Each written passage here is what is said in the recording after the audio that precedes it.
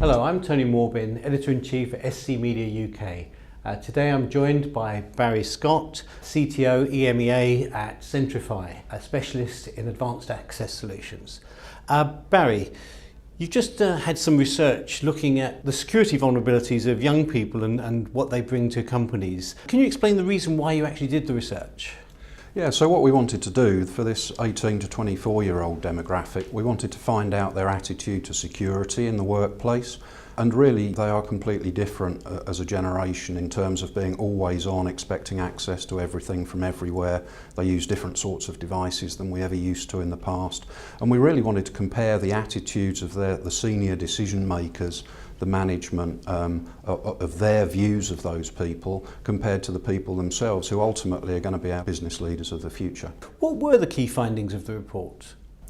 Well, not surprisingly, I think the senior decision makers thought that the younger workforce were going to be a problem, and a third of them actually thought that they were the main culprits for data breaches.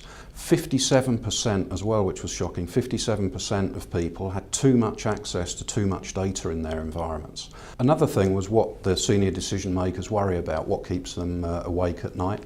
56% are worried about password sharing, and that's really something that must stop because compromised credentials are the main cause of breaches in the workplace nowadays. 47% were very worried about social media and the impact on the brand potentially by younger people tweeting and putting out on social media things that might be against what company policy is or just naturally damaging the brand because of what they say. Mm-hmm.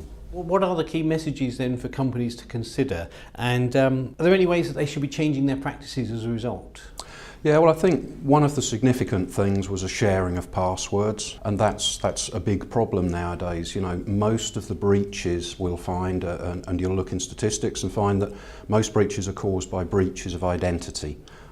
Compromised credentials, me finding your password. So that's one thing that was definitely quite bad across the board, was sharing of passwords, and that really must stop. Going forward, it's just something that is going to put businesses at risk. It's just not a good thing to be doing, and we've seen breaches in the news very recently which actually do materially affect a company in terms of the attitude of the public to them, share price over a short time, etc., etc.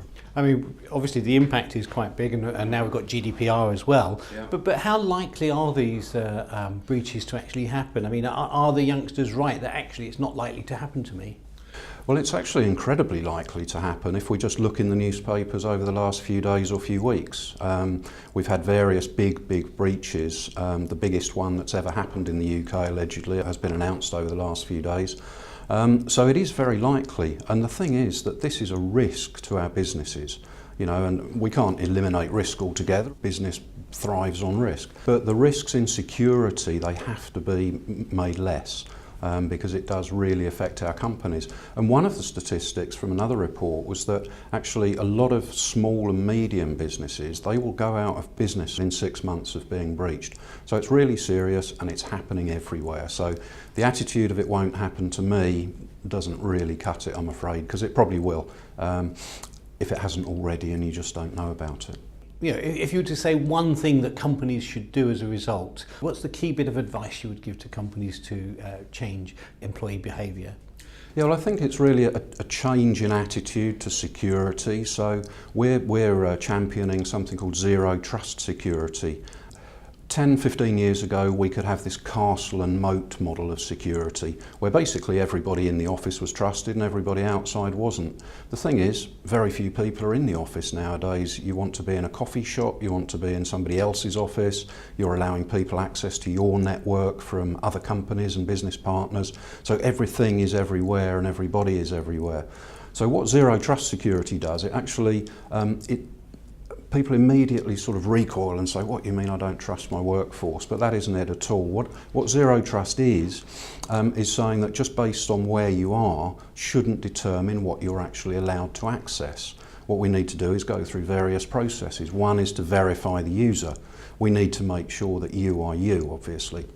The second part of that is validating the device you're on, because we might choose to give you different access if you're in the office on a corporate managed device than we would if you're on a kiosk machine in a hotel or something like that. Then the third thing is that we want to make sure that you only have access to do the things you need at the time you need them, regardless of whether you're a system administrator looking after systems or if you're an end user. You should only have access to what you should have access to. And another thing in the survey that was pretty shocking was that the first thing that a lot of people do when they join a company in this 18 to 24-year-old age group was look at salary details to find out how much everybody else is earning. You know, now that plainly, one, shouldn't be doing it, but two, shouldn't be able to do it. Too much privilege to access too much stuff. So that's the third thing of this zero trust security is least privilege. Now, there's also a perception that security gets in the way of us doing our work. And what we need to do is make sure that that isn't the case, because, you know, we're humans. If there's a problem, we go round it. Simple as that. So what we need to do is enable security, and the fourth piece of zero trust is machine learning. So what it will do is say, this person's accessing the system or accessing maybe a web application. They do it every morning at 9 o'clock from their corporate laptop. So I'll just let them in. I won't even ask for a password potentially.